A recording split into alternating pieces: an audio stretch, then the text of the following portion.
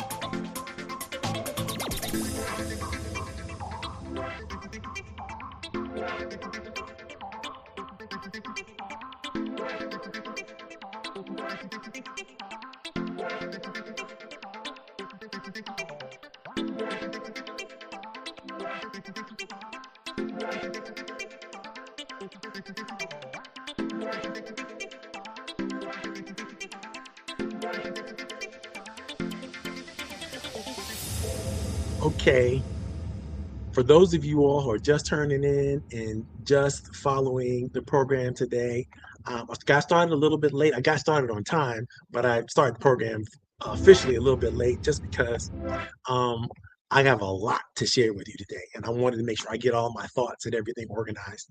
Today is a super, super special program. And let me go ahead and just blow this up so you can see it. Uh, it's a super special program today. Today is a special day. It's Juneteenth. There's a reason why it's a special day, though. It's not just special because it's Juneteenth. It's special for me because this is the first time I've kind of felt the way I currently feel during Juneteenth. I don't know how many of you are familiar with Frederick Douglass' Fourth of July speech, but years ago, uh, quite a few years ago, as a matter of fact, shortly after President Lincoln passed away, Frederick Douglass was asked to give a presentation on the 4th of July. And it was supposed to be a celebratory presentation or something that was indicative of American responsibility and clarity and citizenship and all that kind of good stuff about freedom and democracy and life. And Frederick couldn't do it.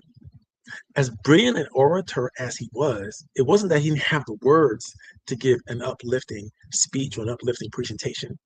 It's that he didn't have the emotion. He didn't have the feelings that that one would need in order to be authentically proud of where the nation was at that time. Now we're talking about shortly after Lincoln's death, right? Um, and it was a very tumultuous time period, obviously, in the nation. But it was a super tumultuous period for the free slaves who had just been emancipated at the time. And they had no clue what to do, where to go, how to live, what to engage in. Some did. I will tell you that there weren't. Everybody wasn't sort of uneducated or didn't have the ability to pull themselves up by their bootstraps, so to speak, right?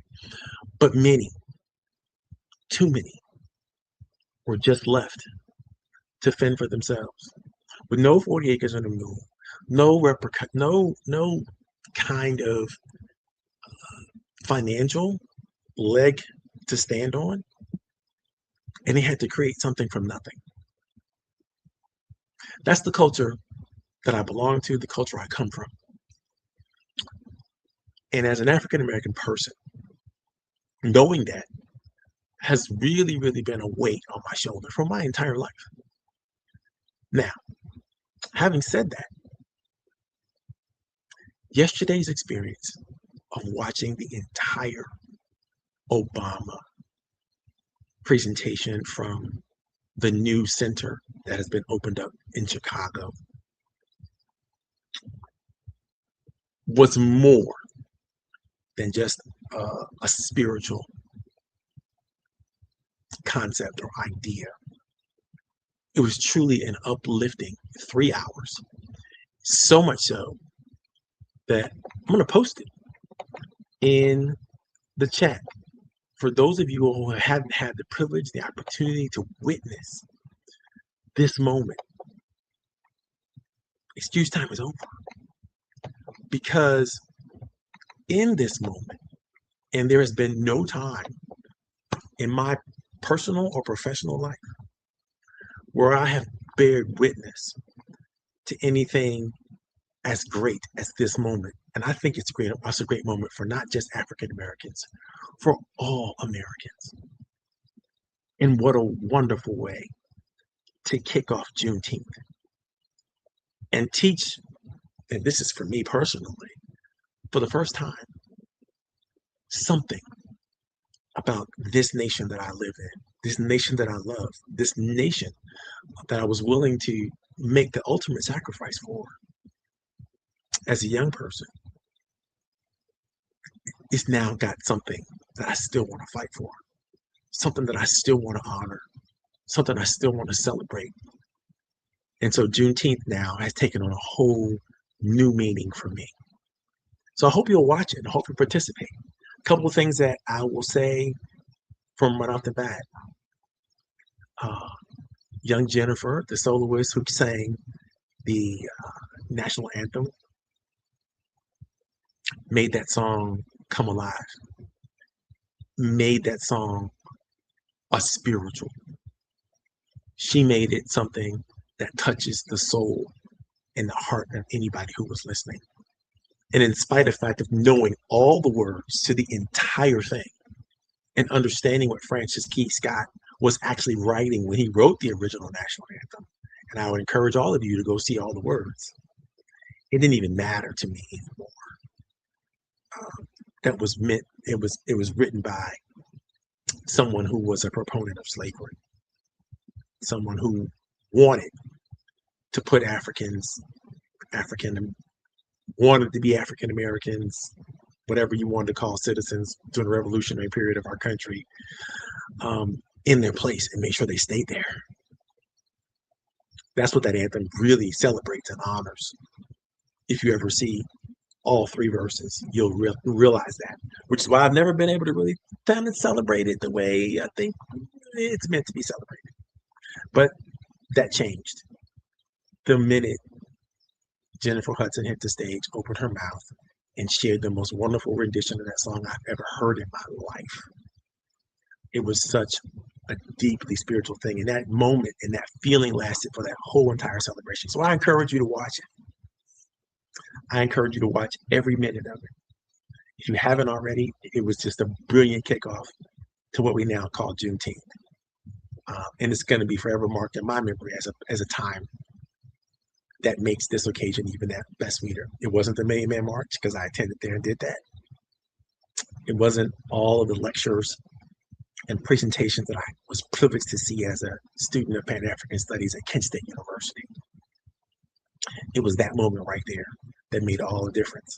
And in spite of the gray hairs and the older body, the brother's ready to continue to fight. The brother's ready to continue to fight for this country and the soul and the spirit of this country. And I really understand now what President Biden said when he said we should be reaching for our better selves. Because that whole celebration was an example of themselves. Could and should be. And it continues to be there and a meaningful legacy for everybody. So I can't wait to get to Chicago and see this thing myself. But I will always carry the memory of this day. And it will always mark that for me for the rest of my life. And I hope it will help you find the space, find a place in your heart to be the Americans that our original founding fathers embraced and thought that we could get to. In their words, maybe not in their deeds, but definitely in their words that they immemorialized in our Constitution and our preamble It's just, I'm proud to be an American. So I wanted to share that with you first off today. Second thing I want to share with you is my cousin, Gary Johnson, did an amazing article that I posted as well. And you can find it on my LinkedIn channel.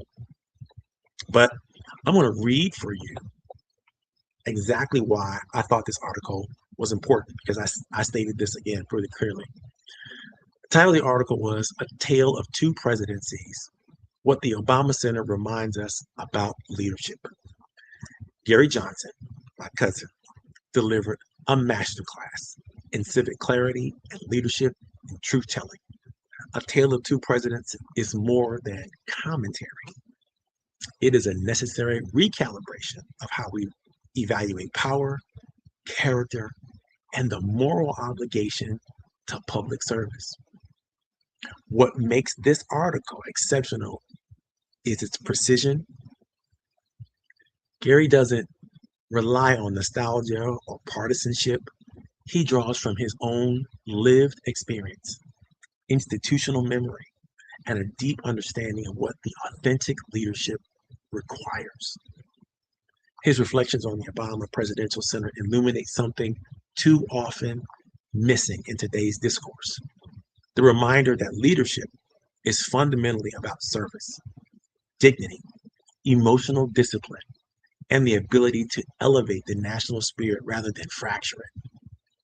As someone who has spent decades developing leaders, mentoring minority-owned businesses, building systems that help communities thrive, I found my cousin Gary Johnson's framing both courageous and necessary.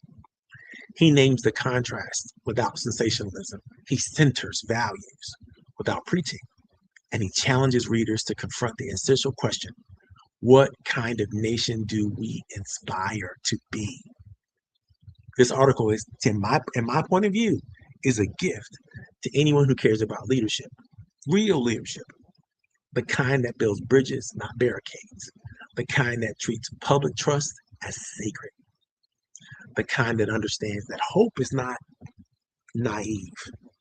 It is a strategic fuel for national progress. Gary has once again proven why his voice remains indispensable in our public square. This is required reading for every leader, every voter, and every young person searching for examples of integrity in action.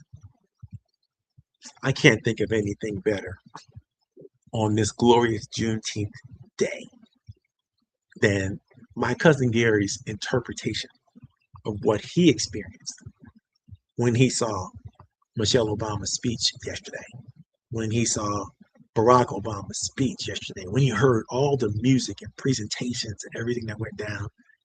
This is exactly what he's thinking. And if you want to take a read the article, hit the link that's in the description. And my challenge to you is find a lesson in that article, just one, that you're going to take forward, that you can bring forward in your own life, in your own business, wherever you sit, in any place that you sit. I don't care about your politics. I don't care about your religion. I don't care about any of the sexual things that people worry about and discuss and divide us and so on and so forth.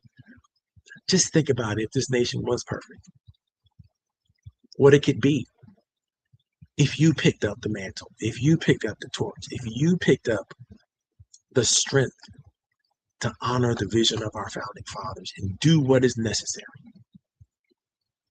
to love your neighbors, to be kind to every person, to create a way for those who haven't always had the best opportunities.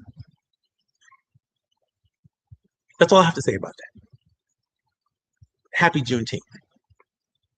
And I hope that you will take this day to reflect, not just on the parties and the celebrations and the music, but what does it mean to you to be a citizen of this, one of the greatest nations under the sun?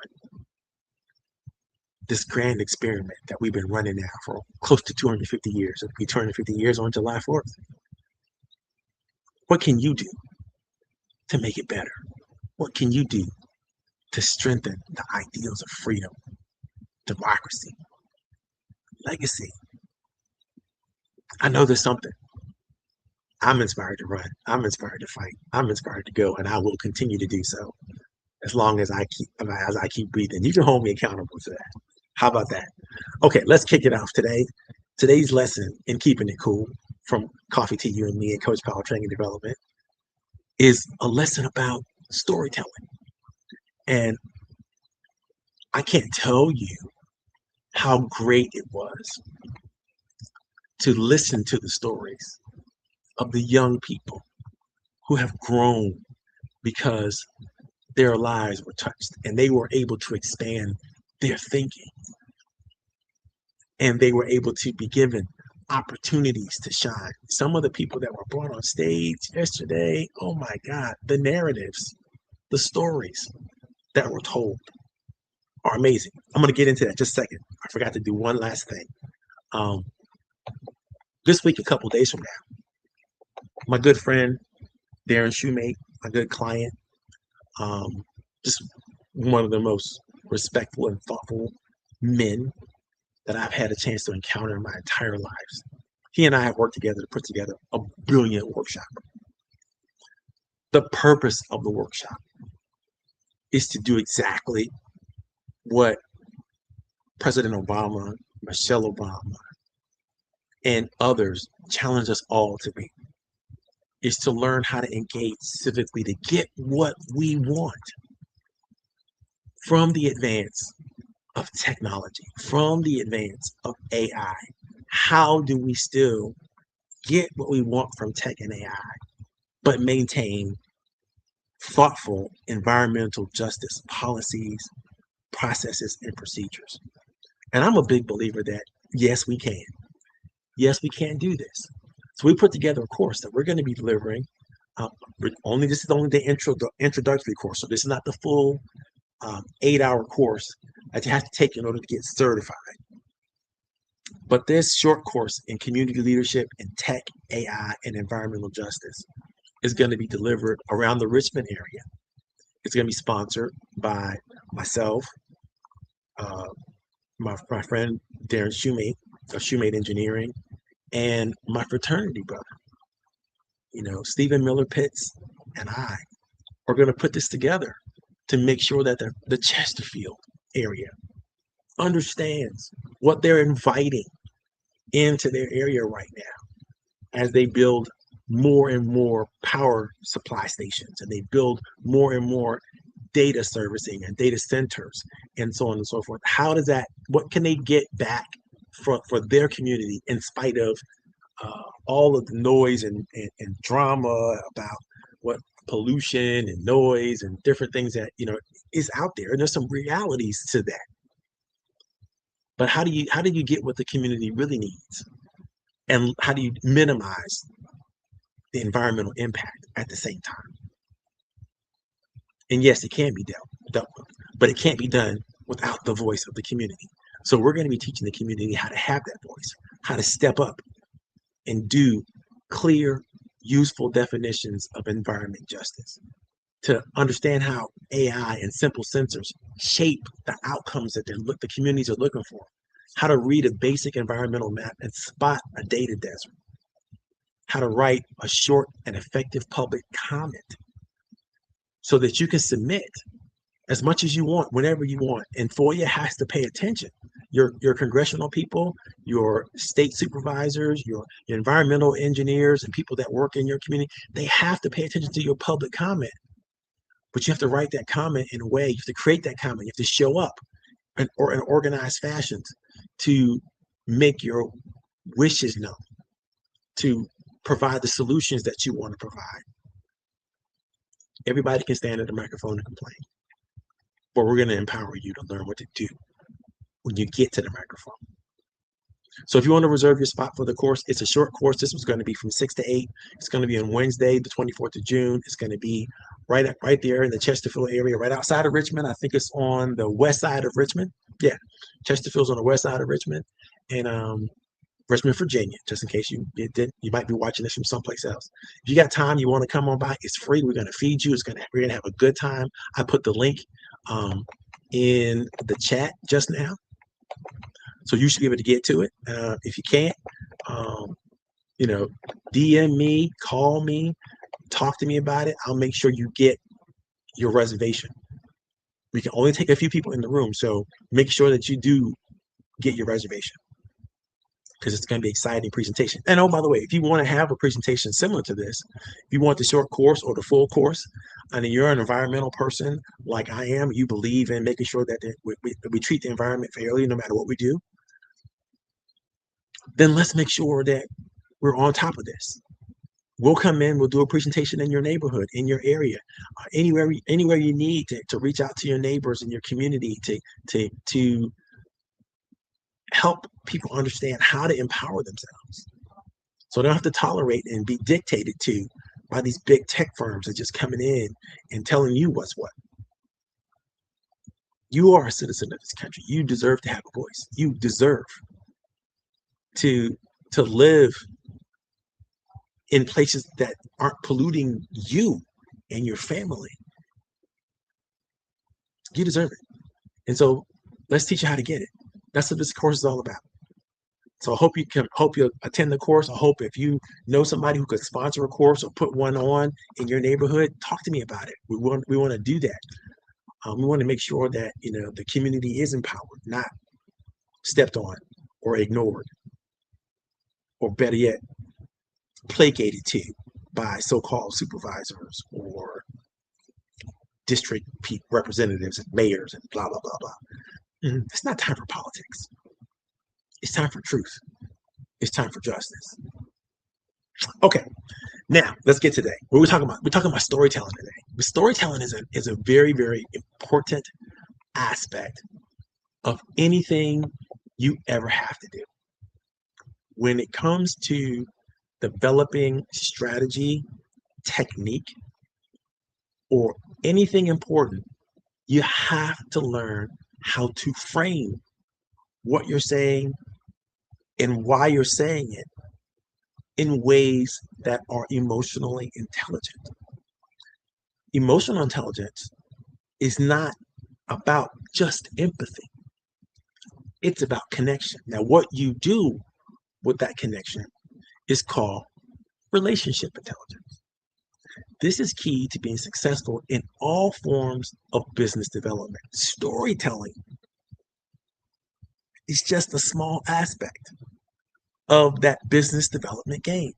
And if you are involved with anything of value that you need to communicate and help share that value with others, when you master the art of storytelling, you will be well on your way to communicating that value in a way that others can embrace, share, understand, connect to, and finally be empowered by the stories that you're telling.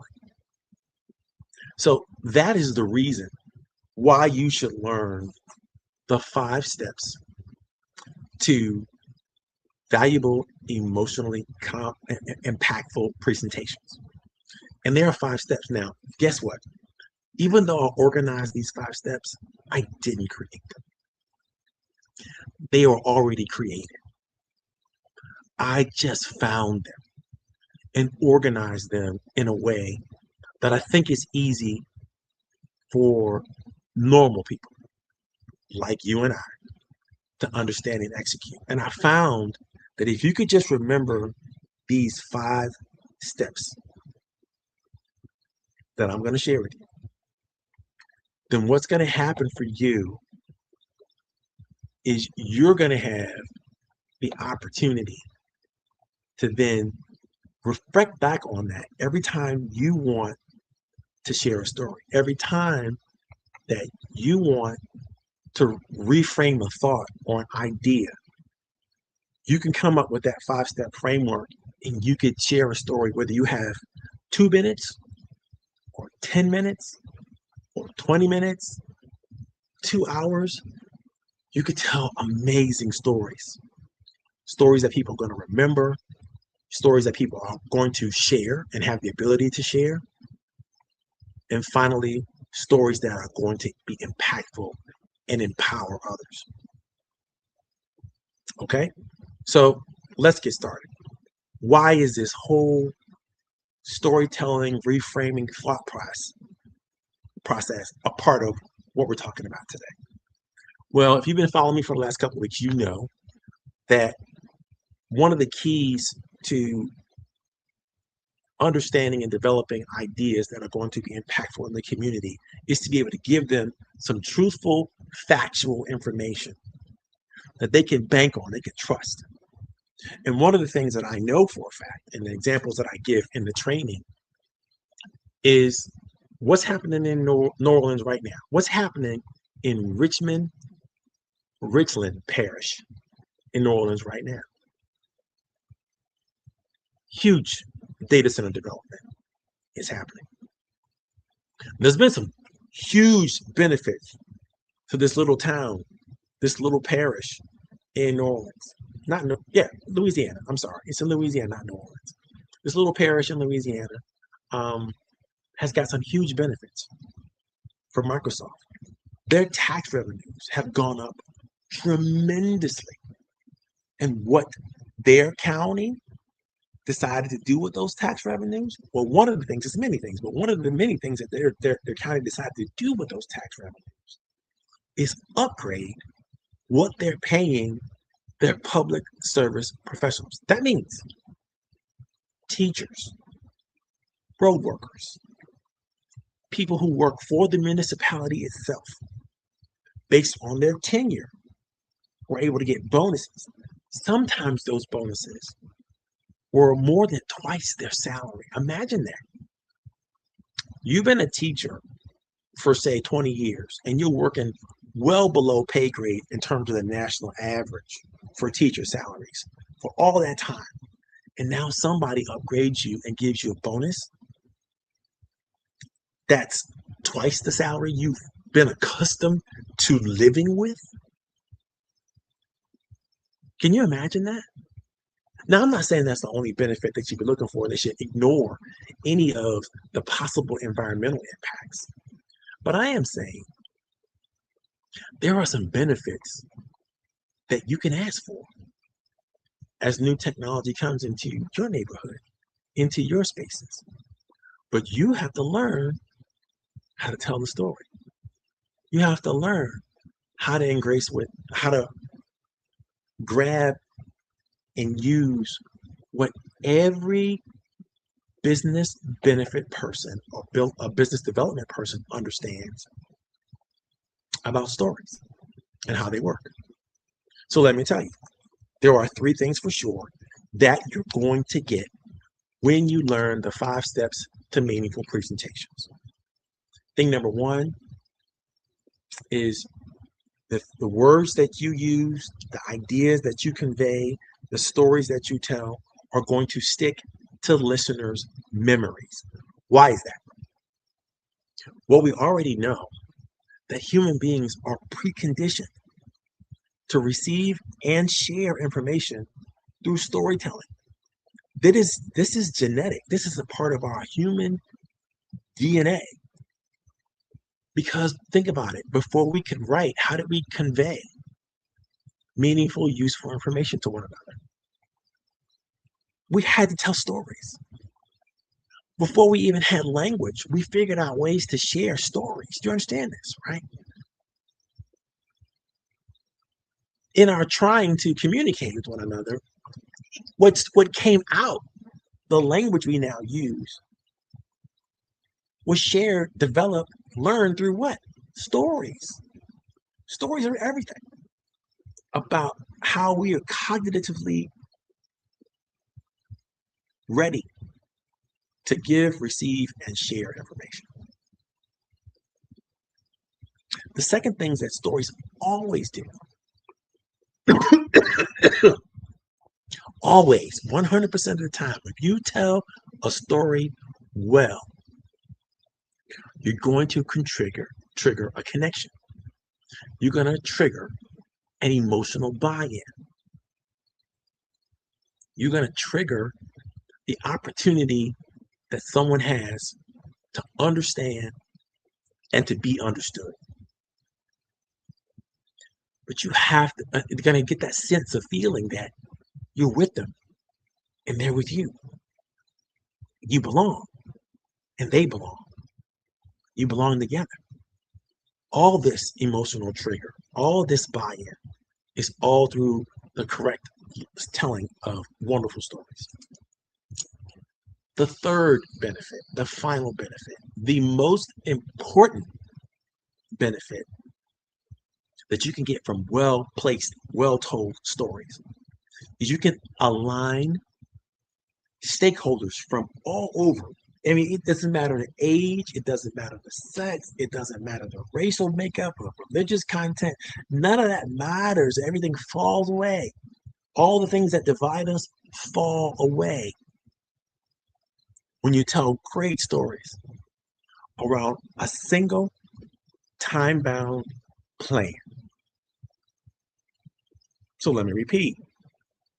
It sticks to memory. It triggers emotional buy-in. And 3, it aligns diverse stakeholders in ways that nothing else can do. So now let's break down the steps. When you understand these 5 steps,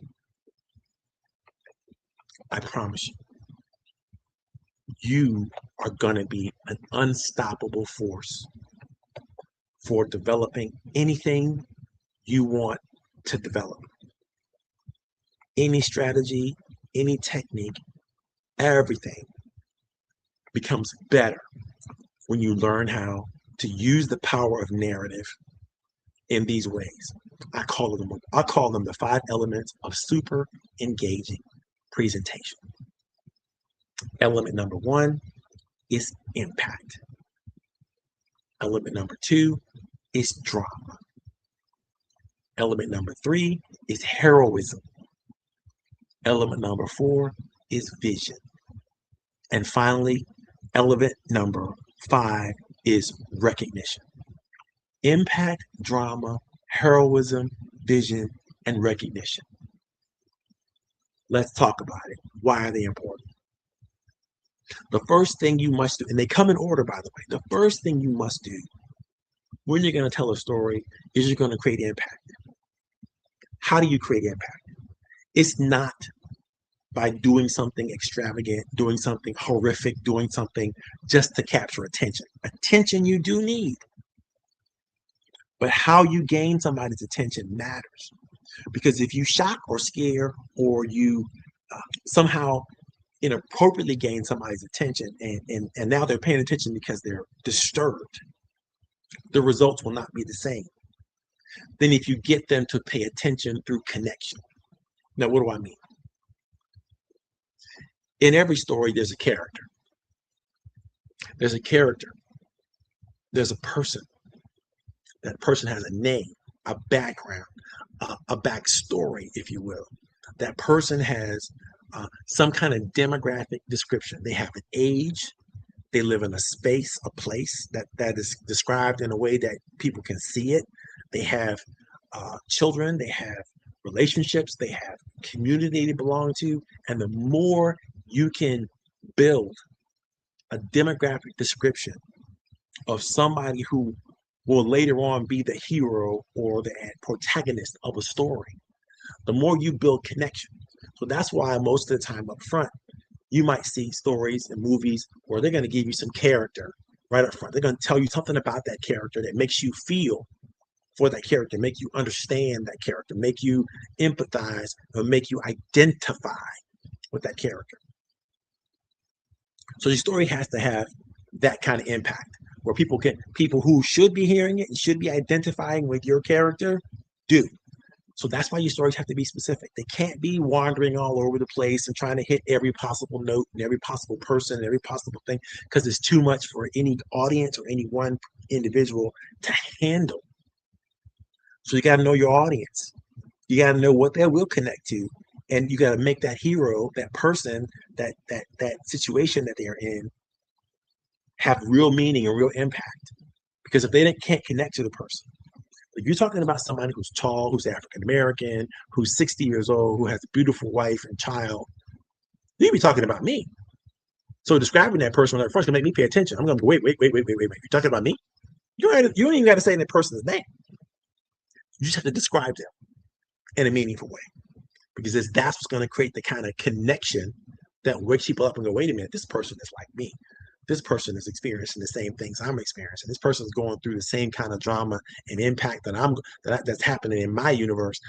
Whatever this story is, I'm now interested because I identify with the character. That's impact. You understand what I'm talking about? I hope you get it. If you don't get it, ask me questions in the chat. I will be more than happy to answer those questions.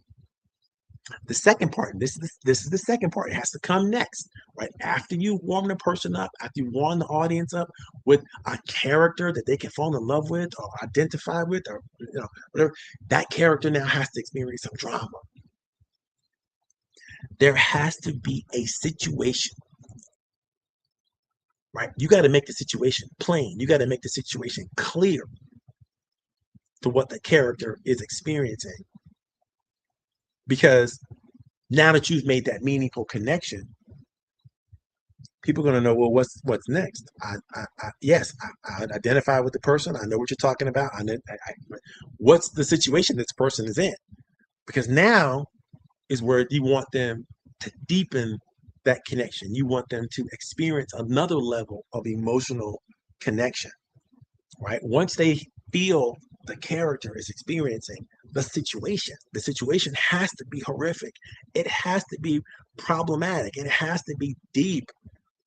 It's like when at Shoemake, we're telling the stories of potential could happen to the people in New Orleans. But what happens if they continue life as usual? And there's a story of a youngster, whose mother is trying to provide for him, trying to help him get an education, trying to help him do all the things. But he got lucky, got an internship at this mega corporation that came into their town to develop a new data center. And because of that internship, this kid now has an opportunity to go and get a full-time job where there were no jobs, working as a data center technician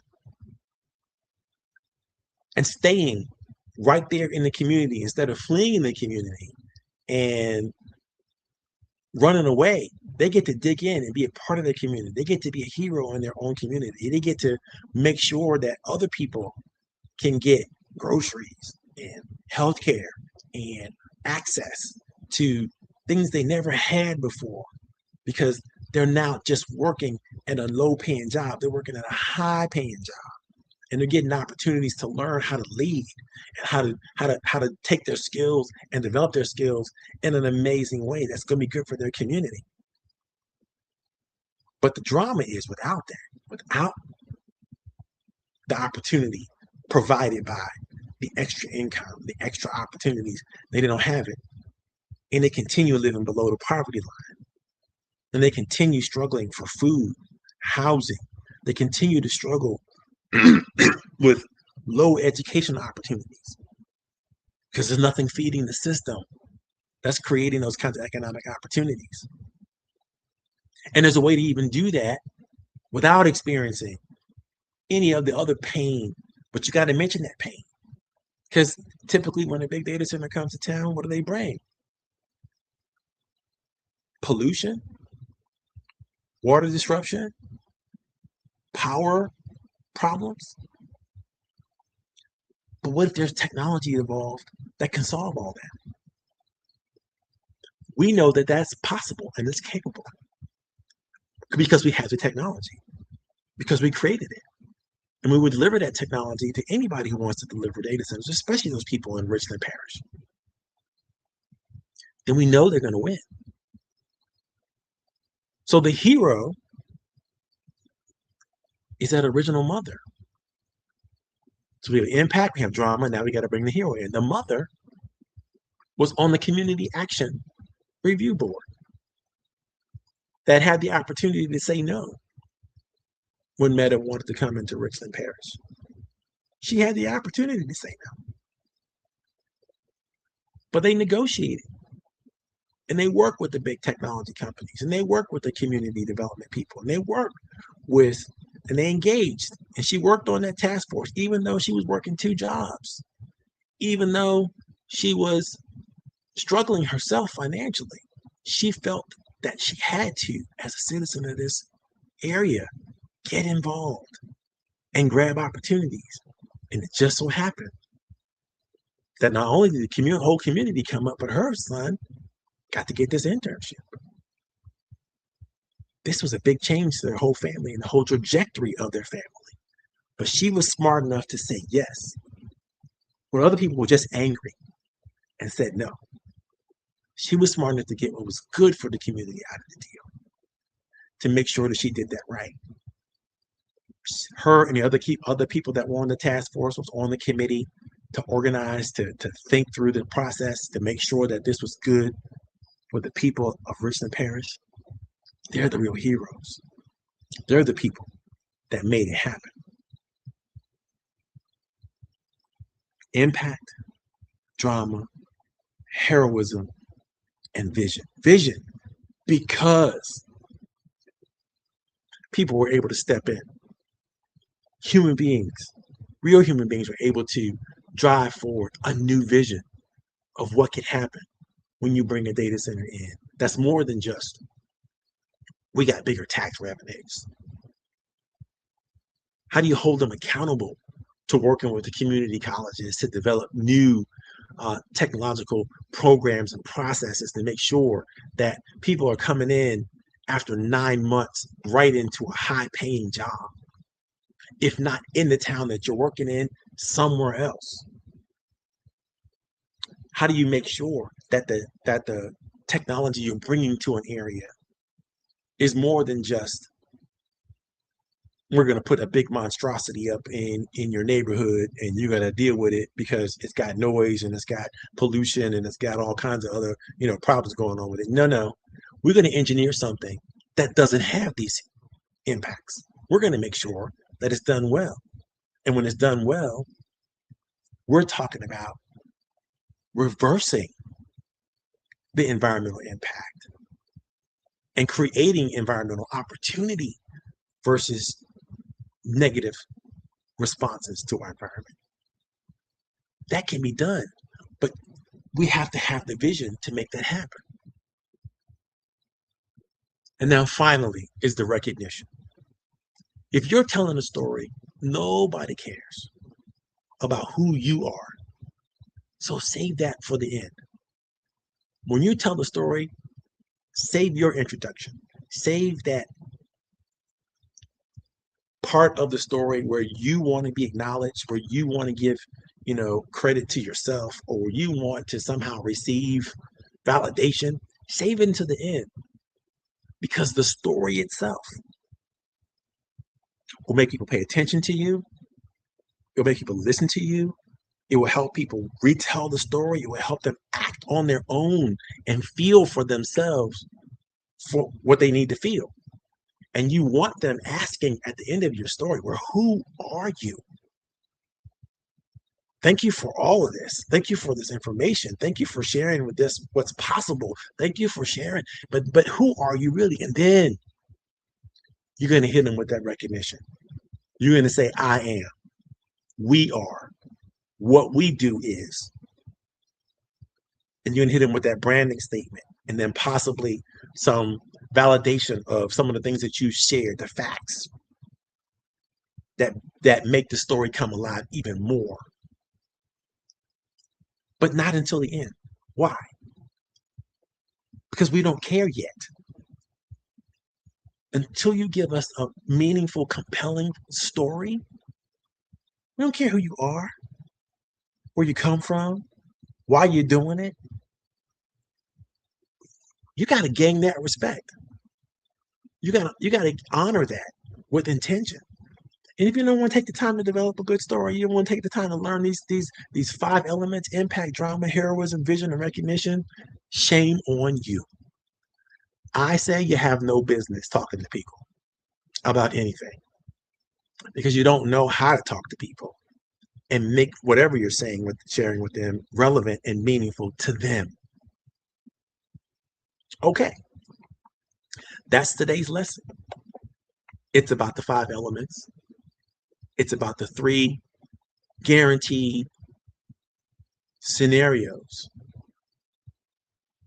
that will help you stick in people's minds, help you tell stories that stick to people's memories, help you to tell stories that trigger their emotions, and help you to tell stories that align with all the diverse issues and processes that stakeholders will come with.